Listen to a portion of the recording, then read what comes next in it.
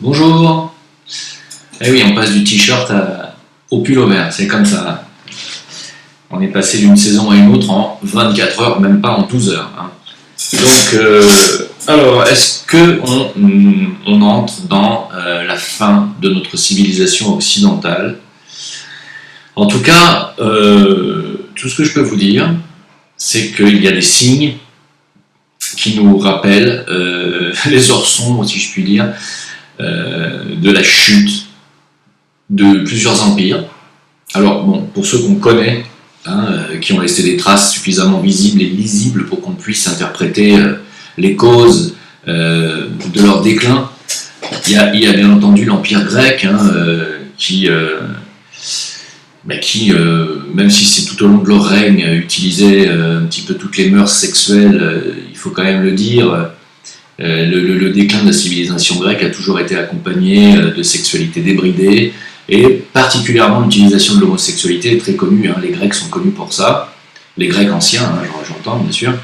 Et c'est pas l'Empire romain qui va me faire mentir, avec les fameuses orgies romaines qui se sont développées vers la fin aussi du règne de l'Empire romain. Et plus une civilisation va vers sa sexualisation débridée, plus son déclin approche en fait. C'est vraiment la signature du début du déclin d'une civilisation. Est-ce qu'aujourd'hui on en est là en Occident? Oui, c'est pour ceux qui ne l'ont pas encore compris. Oui, la sexualisation de la société, l'hypersexualisation de la société, et surtout, c'est pas seulement une affaire de sexualisation, mais c'est surtout une affaire de perversion. Il y a une perversion claire de la sexualisation par l'utilisation de mœurs sexuelles débridées. Alors, c'est pas seulement sadomaso, uro, il y en a plein. C'est pas seulement ça, c'est surtout l'homosexualité. Alors, vous allez me dire, mais ça y est, il va s'en prendre aux homos. Mais je m'en prends pas, moi, aux homos. C'est pas moi qui le dis. C'est de bien comprendre que moi, j'y suis pour rien s'il y a des homosexuels sur la planète. J'y suis pour rien si ces mœurs sont encouragées aujourd'hui, c'est quand même pas moi qui le fais. Et j'y suis pour rien si, à chaque fois qu'on démantèle un réseau pédophile, il y a toujours quelque part derrière, en fond de teinte, des gens qui sont de cette communauté, si on peut appeler ça une communauté. C'est pas une communauté, ce sont en réalité des mœurs, ce sont des mœurs sexuelles qui, comme le dit, alors je vais reprendre les propos de Maître Djewel Cool. Alors je sais que vous allez me dire, t'es un théosophe de merde, ta théosophie sataniste, on n'en veut pas. C'est ça, d'accord, bien sûr, Djewel Cool était un sataniste. Alors, lisez un bouquin dans votre vie, ouvrez un livre, et après vous viendrez parler avec moi. Parce que tous les gens qui me traitent de théosophe luciférien sont des gens qui n'ont jamais ouvert un livre. La théosophie est la continuité du christianisme, c'est la gnose, c'est la même chose, c'est la même connaissance. Voilà. Ceux qui n'ont pas compris ça ne font pas finalement la mise à jour. Voilà, c'est exactement comme les Juifs, il y a 2000 ans, n'ont pas fait la mise à jour avec l'arrivée du Messie, l'arrivée de Jésus et l'arrivée du Nouveau Testament. C'est ça, le Sanhédrin, les pharisiens n'ont pas voulu faire cette mise à jour, et on se retrouve aujourd'hui avec une catégorie de Juifs qui refusent le christianisme et qui le combattent. Eh bien, aujourd'hui, on a les cathos qui combattent la théosophie et les nouveaux enseignements qui viennent de maîtres qui sont justement des maîtres dont faisait partie Jésus et dont fait partie aujourd'hui Jésus. C'est dommage. C'est dommage parce qu'il y a un virage que vous ne prenez pas. Et il faut évoluer dans la vie. Et quand on écoute, quand on lit un livre du Tibétain Djewel Cool, qui a été le maître d'Alice Bailey, vous le savez, enfin, il n'était pas le maître d'Alice Bailey, il a été non pas son mentor, mais il a été son inspiration. C'est lui qui lui a dicté tous ses livres par télépathie supérieure. Donc si ça ne s'appelle pas de la prophétie, ou si ça ne s'appelle pas un don particulier, un don mental, un don psychique, je ne sais pas ce que c'est. Écrire des bouquins entiers sous télépathie, des bouquins de telle teneur spirituelle, chapeau. Ça ne s'est jamais revu dans l'histoire de l'humanité, et ça ne s'est jamais vu avant, à ce degré-là. Donc pour ceux qui ne savent pas lire entre les lignes, qui ne comprennent pas ça, arrêtez de regarder mes vidéos, ça ne sert à rien, vous perdez du temps. Continuez d'écouter Michel Onfray, continuez d'écouter Zemmour, ou écouter, je ne sais pas moi. Il y a Hanouna aussi, pour ceux qui ne peuvent pas ouvrir de livre. Voilà. Je reviens toujours sur lui, c'est vrai. Et donc, ce que nous dit le Tibétain, que nous dit Djewel Cool sur l'homosexualité, il nous dit que, en fait, ces mœurs sexuelles viennent d'un ancien temps, hein, qui a existé à l'époque de l'humanité, qui était l'époque lémurienne, hein, les temps lémuriens. Et en Lémurie, l'humanité n'était pas encore au degré de développement psychique auquel il est aujourd'hui, surtout au niveau intellectuel. Hein. Il n'était pas intellectualisé, il était encore dans un état, on va dire, semi-animal, même si les animaux, contrairement à ce qu'on me dit, ne pratiquent pas l'homosexualité. Ceci est un mensonge. Les animaux ne pratiquent absolument pas l'homosexualité. Sauf pour un jeu de domination, de soumission. Sinon, ils ne pratiquent pas l'homosexualité par plaisir. Dans le règne animal, ça n'existe pas. Ça n'existe pas. Regardez le film La Marche de l'Empereur. Si vous arrivez à trouver un couple de pingouins homo, vous me le dites. Il n'y en a pas. Ça n'existe pas. Chez les oiseaux, ça n'existe pas. Il y en a qui disent qu'il y a chez les oiseaux, on trouve 2 femelles ensemble qui restent toute leur vie ensemble. Et comment vous me démontrez que c'est de l'homosexualité, ça? En quoi 2 oiseaux femelles peuvent avoir des rapports sexuels? Expliquez-moi comment ils font. Ils utilisent une ceinture avec un zizi en plastique, avec le bec, elle se pénètre. Comment ça? Non, ça n'existe pas. Ça n'existe pas. Voilà. Donc, oui, il y en a chez les bonobos, il y en a chez les chimpanzés, chez les primates, c'est vrai. Mais comme je vous dis, c'est un jeu de soumission, hein, soumission-domination. Voilà. Donc, en fait, l'humanité, à une époque, était un petit peu à cette époque-là, l'époque lémurienne, on était un peu comme des bonobos, hein, si vous voulez. Donc, on utilisait cette façon de fonctionner. Et c'est devenu un jeu pervers, hein, de soumission et de domination. Et en fait, ce jeu pervers a perduré. N'oubliez pas que dans l'histoire de l'humanité, si vous regardez Sodome et Gomorrhe, hein, l'histoire de Sodome et Gomorrhe, l'humanité qui se livrait à cette époque-là à des jeux lubriques sur le plan sexuel, hein, et d'homosexualité débridée bien sûr, cette humanité a été détruite par la colère de Dieu, c'est ce qui est écrit. Hein. Donc, à chaque fois qu'on arrive à des stades de perversion sexuelle d'une civilisation, on a une destruction et on a une fin de civilisation qui arrive dans la foulée. Alors, ça ne prend pas 2-3 ans, ça ne prend pas 10-20 ans, ça prend un siècle, hein. Mais nous sommes en pleine décadence de la civilisation occidentale, c'est une évidence, par le biais justement de ces lobbies LGBT, j'en passe. Je sais que maintenant il faut rajouter encore 2 consonnes derrière, c'est LGBT, je sais plus quoi, LGBT, QBC, au pays des QKZ, un truc comme ça, il faut rajouter plein de lettres. Et donc, on est à la fin, on est au bout. Alors c'est pas le transhumanisme qui va me faire mentir, hein. Regardez ces pauvres gens, ces pauvres jeunes, c'est des gamins, hein. Regardez à quoi ils en arrivent, hein. On est quand même en pleine nébuleuse. Je veux dire, voilà, ce sont des gens en fait qui sont rattrapés par leur mémoire, hein, d'ancienne vie, de l'époque lémurienne, et qui sont à un stade justement où ils sont mi-chemin au niveau de la conscience entre le règne animal à peine avancé et cette époque débridée de sexualité en tout genre. Alors, que je me fasse bien comprendre, parce que c'est aujourd'hui très difficile de se faire comprendre, hein, donc j'ai fait des efforts considérables pour me répéter et à chaque fois m'expliquer. Je n'ai rien contre les homosexuels. Rien.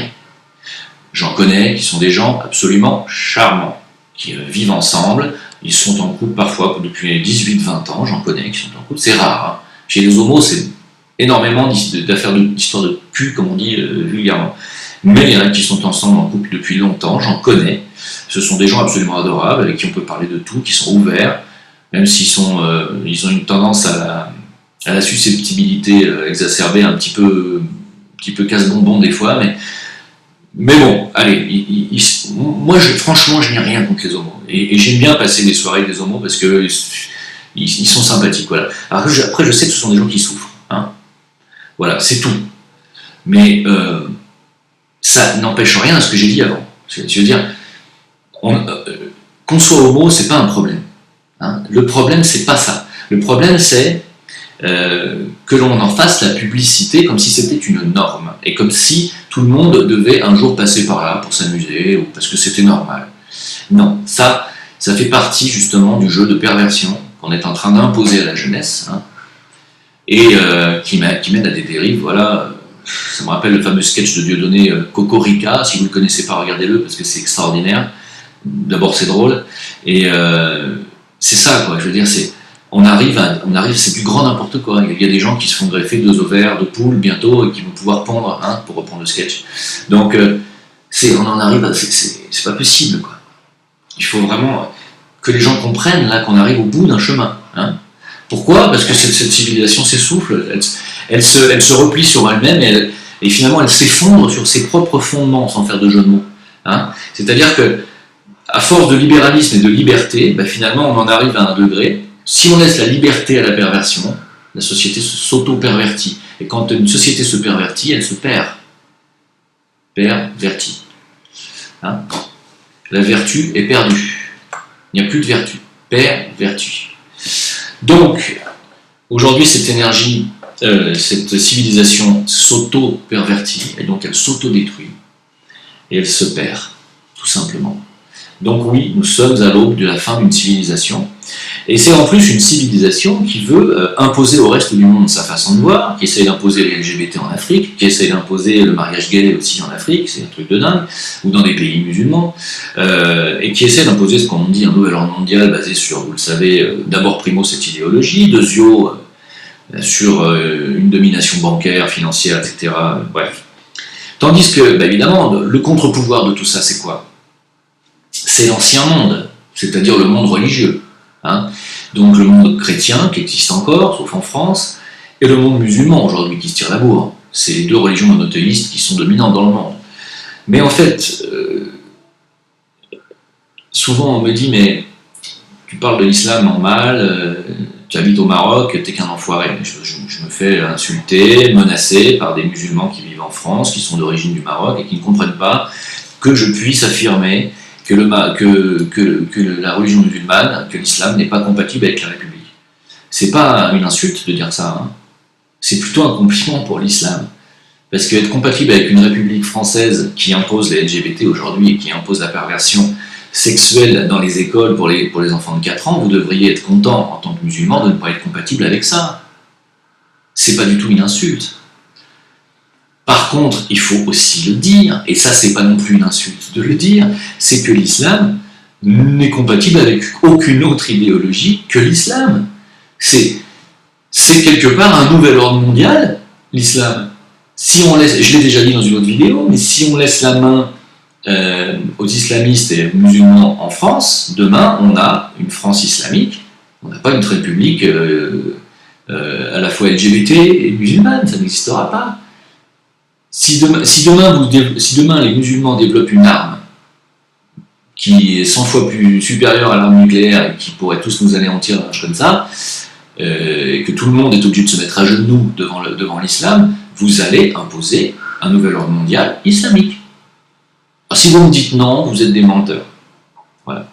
Et quand une religion qui est une religion avec un idéal politique, socio-culturel, arrive dans un pays qui a déjà sa politique, ses lois, sa culture et ses règles sociales, ça s'affronte. Ça ne peut pas marcher nulle part. Hein. Mais l'histoire nous le dit, c'est pas qu'une histoire de France. Regardez aux Indes. En Inde, on m'a repris, on m'a dit on ne doit plus dire aux Indes, parce que c'est depuis que les Indes ne sont plus une colonie anglaise, on doit dire en Inde. Alors, en Inde, il y avait des musulmans en Inde, sous Gandhi. Regardez le film Gandhi, vous verrez. Les musulmans n'ont pas pu cohabiter avec les hindous. Qu'est-ce qui s'est passé ? Ils ont été expulsés de l'Inde. On leur a donné le Pakistan qui faisait partie de l'Inde à l'époque. Hein, et on l'a d'ailleurs rebaptisé le Pakistan. Et c'est un pays totalement musulman aujourd'hui. Pourquoi ? Parce que les musulmans ne pouvaient pas cohabiter avec les hindous. Aux Philippines, c'est la même chose. Les Philippines, c'est 90% de chrétiens. On a donné 10% des îles aux musulmans. Et ce sont des îles purement musulmanes. Où d'ailleurs, il ne fait pas bon vivre quand vous n'êtes pas musulman. Ce sont des îles dangereuses pour les non-musulmans, hein, c'est ce qu'on nous dit. Et finalement, ça dénote encore une fois que les musulmans philippins ne peuvent pas se mélanger au reste des Philippins. C'est terrible, c'est pas de ma faute, ça n'est pas une insulte, ça n'est pas un manque de respect envers mes frères marocains, absolument pas. Moi, je vais dans la rue, d'ailleurs, je travaille avec eux, hier soir encore, et je n'ai absolument aucun problème à travailler avec des musulmans. Sauf que moi, je suis en minorité dans un pays musulman, et je ne revendique absolument, j'ai aucune revendication communautaire ni religieuse. Je ne vais pas commencer à dire ouais, mais moi je ne veux pas manger de la viande halal. Je ferme ma gueule. Si je mange un steak chez un ami parce que je suis invité, je mange le steak qu'il me propose, et si c'est du steak halal et que c'est fatalement du steak halal, je ferme bien gentiment ma gueule. Par politesse, c'est tout. Voilà pourquoi ça marche. Pourquoi dans notre sens à nous, quand les Français, on va dans un pays musulman aujourd'hui, je ne te parle pas d'il y a un siècle et demi à l'époque colonialiste, je parle d'aujourd'hui, les Français d'aujourd'hui qui s'intègrent et qui arrivent ici, je le vois, sont des gens qui font des efforts d'intégration, et qui ne discutent pas, et quand ils ont envie de faire des barbecues cochonailles, ils se retrouvent entre Français et ils font des barbecues cochonailles. Ils ne vont pas aller demander dans les restos ou imposer dans les restos des trucs, vous comprenez? C'est toute la différence. Hein. Alors, vous avez été nombreux à me demander d'où venait cette vidéo que j'ai mise sur la vidéo précédente, d'où vient cette vidéo de la gamine qui tripote un mec tout nu par terre. Alors je vais mettre cette vidéo dans son intégralité, et il y a une personne qui parle à la fin de cette vidéo qui me semble être du brésilien, hein, donc j'en conclus que c'est une école brésilienne, une école publique, et donc comme vous pouvez voir, cette gamine tripote un monsieur tout nu par terre. Alors elle ne le tripote pas sur les parties génitales, mais elle le tripote devant les parents, souriant. Vous avez été choqués, nombreux à être choqués à voir ça. Alors c'est la publicité LGBT en fait dans les écoles brésiliennes. Hein. Donc ça va arriver en France. Hein. Et je vous rappelle qu'en France, il y a déjà eu ce genre de choses, même si les gosses n'ont pas touché directement les gens, il y a déjà eu des LGBT, comment on dit, pas des transsexuels, mais des travestis qui sont allés faire des shows dans une école française et qui se sont mis tout nus à la fin, qui ont dévoilé leurs zizi, voilà, devant les gosses et les parents, qui applaudissent en plus. Donc effectivement, avec des parents comme ça, il ne faut pas s'attendre à un changement quelconque, et tout le travail que fait Corinne d'exister en liberté ne sert strictement à rien en fait. Parce qu'en fait, c'est se battre contre des moulins à vent, puisque les gens eux-mêmes, les parents eux-mêmes acquiescent et sont d'accord. C'est comme les féministes. Em respeito à família e à inocência de nossas crianças, eu, Jair Bolsonaro, só tenho uma coisa a dizer a esse tipo de gente: canalhas, 1000 vezes canalhas. A hora de vocês está chegando. Qui essaient de se battre pour le droit des femmes, alors que les femmes ont envie de continuer à rester dans leurs conditions de femmes entretenues par un homme et soumises. Et... Vous voyez? Alors, je ne dis pas que c'est le cas de toutes les femmes, mais je veux dire, une féministe qui essaie de combattre la soumission de la femme, la soumission sexuelle de la femme, se heurte à un mur, parce que 99% des femmes aiment être soumises sexuellement. Il faut y réfléchir. Voilà, donc, est-ce qu'on est à la fin d'une civilisation selon le maître tibétain et selon ses dires? Bien sûr qu'on y est. Et de toute façon, on ne fait pas d'omelette sans casser les œufs. Il y a un nouveau monde qui va naître, on va le voir naître. Nous, ceux qui ont mon âge et plus, verront que le début. Hein. Ils verront surtout la destruction de ce monde actuel, cette civilisation qui est en train de disparaître. C'est l'ère des poissons qui disparaît sous nos yeux en réalité.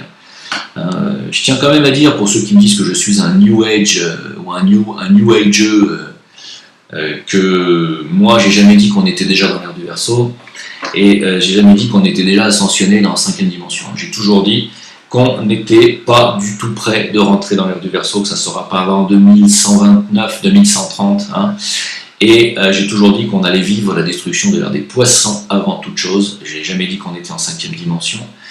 Donc reprenez un petit peu vos commentaires. Merci d'arrêter d'être haineux. Ça ne sert à rien si vous voulez parler. Donc oui, nous allons vivre cette disparition de l'ère des poissons. On va la vivre sous nos yeux. Je pense que si je vis encore une vingtaine ou une trentaine d'années, je vais vivre ça. Moi, personnellement, je vais vivre cette tribulation-là. Je vais vivre les affrontements, le chaos, les guerres civiles, on va vivre ça, et on va entrevoir le début de cette technologie qui va remplacer beaucoup de boulot, et puis d'un autre côté qui va nous obliger, nous humains, nous extirper, à nous élever, à prendre nos responsabilités, et de toute façon on ne pourra pas empêcher cette marche-là. C'est pas la peine d'essayer de dire je me raccroche à ma machine à laver de l'époque, la mère Denis qui nettoyait son linge à la main dans la rivière. C'est fini ce temps-là. C'est fini ce temps-là, et il faut s'y faire, voilà. Donc, la puce sous la peau, elle va arriver. Je sais que vous allez être nombreux à la refuser. Pendant 20, 30 ans, les gens vont la refuser. Et au bout d'un moment, ça fera partie de la vie, du quotidien. Pourquoi ? Parce que les gens acceptent. Les gens acceptent que leur gamine touche un mec à poil. Et quand les gens acceptent en masse, eh ben, la minorité n'a que deux choix. Ou se plier à la volonté de la majorité, ou se casser sur une île déserte, et c'est ce qui finira par se passer. Il y aura une partition au sein de l'humanité, de la civilisation occidentale. Il va y avoir ceux qui sont un peu éveillés en avance comme nous, sans vouloir nous vanter, qui essaieront de manger bio, de manger les fruits de saison, les légumes de saison, de ne pas tuer des animaux en les faisant souffrir, qui essaieront de se soigner avec une médecine quantique, de l'homéopathie, avec des remèdes naturels, des huiles essentielles. Cette partie-là sera très certainement recluse, si elle n'est pas anéantie. Et puis il y aura la masse, la grande majorité des gens qui vivront hyper connectés, hyper pucés, hyper vaccinés, avec une espérance de vie relativement faible, à mon avis. Je doute que ces gens puissent continuer à vivre. Aujourd'hui, on me dit mais l'espérance de vie grimpe. Oui, aujourd'hui, ouais. Et j'attends de voir jusqu'à quand l'espérance de vie va grimper en Occident.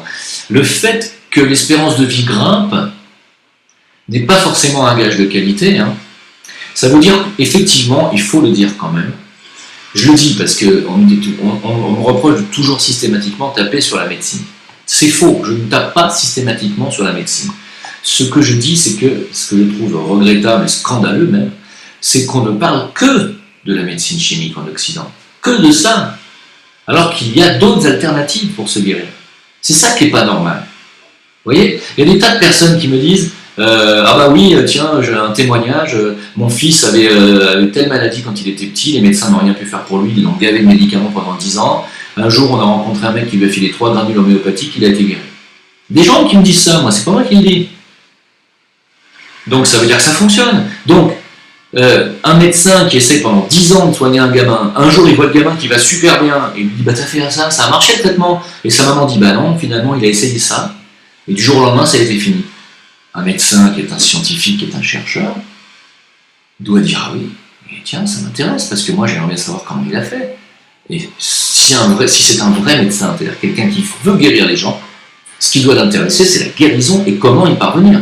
Et non pas seulement comment vendre un maximum de médicaments pour s'acheter son bateau à la fin de l'année payé par Big Pharma. Si on est un vrai médecin, c'est ça la vocation du vrai médecin. C'est ça, c'est de guérir les gens. Or, ça n'existe pas. Alors il y a des médecins qui font des cursus, des formations en MTC, en plein d'autres médecines alternatives, il y en a, mais c'est quand même loin d'être la majorité, on est d'accord. Donc c'est ça que je reproche ça à la médecine générale. Et donc, je disais sur l'espérance de vie, effectivement, on vit plus vieux qu'avant, c'est vrai. On vit mieux, plus jeune, plus longtemps. C'est-à-dire qu'à une époque, à 40 ans, on commençait déjà à sentir que c'était dur. Aujourd'hui, c'est à 60. Donc ça, c'est bien. C'est-à-dire qu'effectivement, on a donné plus d'énergie au corps jusqu'à l'an de repose. Chez l'homme, la soixantaine, c'est à 56 ans à peu près, 60. Donc, effectivement, on a donné plus de vigueur. Avec finalement, on a fait progresser, si on peut dire ça comme ça, l'humanité. D'ailleurs, effectivement, c'est vrai, ça se voit. Les Occidentaux, par rapport à il y a 70 ans, ont pris en moyenne 20-30 cm de taille, les enfants. À l'époque de mes grands-parents, la moyenne c'était 1m50, 1m60. Moi, mes grands-parents italiens faisaient 1m60. Ma mère fait 1m50. C'était la taille. Si vous visitez par exemple, vous allez dans le sud de la France et vous visitez des vieux villages français, vous allez voir que s'il y a des vieilles portes encore existantes, vous arrivez ici les portes. Alors vous dites, mais comment ça se fait que les portes sont si petites? Parce qu'à l'époque ils étaient petits. Ils étaient petits. Moi j'avais essayé d'acheter des uniformes de guerre de l'époque napoléonienne, c'était impossible. Ils m'arrivaient ici. Ils étaient petits. On a pris en moyenne, alors dans les années 80, la moyenne c'était 1m75, 1m78, dans les années 90 on était une moyenne d'1m80, 82, aujourd'hui les gamins, ils sont grands. Ils sont vachement grands. Ils font 1m85, 88, plus des fois. Hein. Et ils sont très grands. Et ça, effectivement, il faut le reconnaître, c'est grâce, c'est vrai, il faut le dire, à la médecine et au progrès technologique. Technologique, aux progrès médicaux. Il faut le dire. Ce serait injuste de ne pas le dire. Sauf que le revers de la médaille, il est où? Il est que il n'y a aussi jamais eu autant de maladies d'Alzheimer. Donc en fait, en réalité, on vit vieux, mais à partir de 75, 72, les gens commencent à développer une maladie, en fait, qui n'est pas la maladie d'Alzheimer, mais qui est une dégénérescence cérébrale, et qui est avancée, et qui est généralisée sur quasiment, je ne sais pas combien, mais il y a au moins 50% des personnes âgées qui sont en maison de retraite sont atteintes de ce problème. Donc à quoi ça sert de vivre jusqu'à 100 ans si à partir de 72 ans, tu ne te rappelles plus comment tu t'appelles et tu ne sais plus si tu as fait pipi ou pas? Ça sert à quoi de vivre 30 ans de plus sans savoir que tu les vis? Est-ce que c'est un gage de qualité? La question, il faut se la poser. Hein. Alors, il y a eu les progrès médicaux, on vit plus vieux, c'est vrai. On vit plus jeune, plus longtemps, c'est vrai. Moi, à 51 ans, je me sens encore sur le court de tennis comme si j'avais 35 ans. Hein. Je tiens moins longtemps, mais j'ai toujours la même vitesse de déplacement. Je ne me sens absolument pas gêné pour l'instant. Pareil, j'ai la même frappe. Franchement, je ne vois pas la différence. J'ai aucune différence physique. Je sens pas la décadence encore de mon corps physique. 51 ans. Quand même beau, hein. Je me rappelle de mon oncle qui avait 20 ans de plus que moi. Il me disait, tu sais, à partir de 40, tu sens vraiment le déclin. Qui m'avait appris à jouer. Moi, 51, aucun problème de dos. Donc je vous le dis, sur le déclin, oui. Progrès médicaux, oui. Progrès technologiques, oui. Ces progrès-là, par contre, on peut faire des progrès en matière de progrès, si je puis dire. C'est-à-dire, effectivement, il y a encore une marge.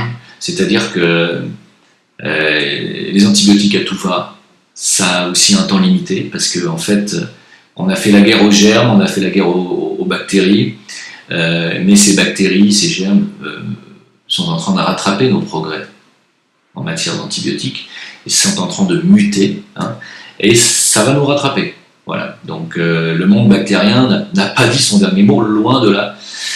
Voilà, donc je vous remercie pour votre soutien. Si vous avez des questions santé, on va se retrouver sur Discord. Un grand pardon pour ceux qui m'ont attendu encore hier soir, mercredi sur Discord. J'ai un emploi du temps très chargé, j'ai pas pu venir. Alors dimanche, je vous l'annonce, dimanche soir, il y aura un live Discord exceptionnel. Voilà, donc à partir de 21h comme prévu, on fera un live Discord dimanche soir, le dimanche prochain, qui est le je ne sais plus combien, 21 je crois. Voilà, donc il y aura ce live Discord le 21 dimanche. Voilà, je m'excuse encore, sincèrement, c'est le travail, c'est la vie, c'est comme ça. VK, Facebook, Jim Leveilleur, mon nouveau site YouTube, Jim Leveilleur aussi, qui est sous la vidéo. Je mets directement le lien en premier, maintenant, avant le descriptif de la vidéo, comme ça vous pouvez tomber dessus. Samedi soir, je ferai tard, c'est-à-dire vers 1h du mat', un live YouTube sur cette nouvelle chaîne. Merci pour tous ceux qui m'ont soutenu financièrement sur Tipeee. On lâche rien, on continue. À bientôt. Merci, au revoir.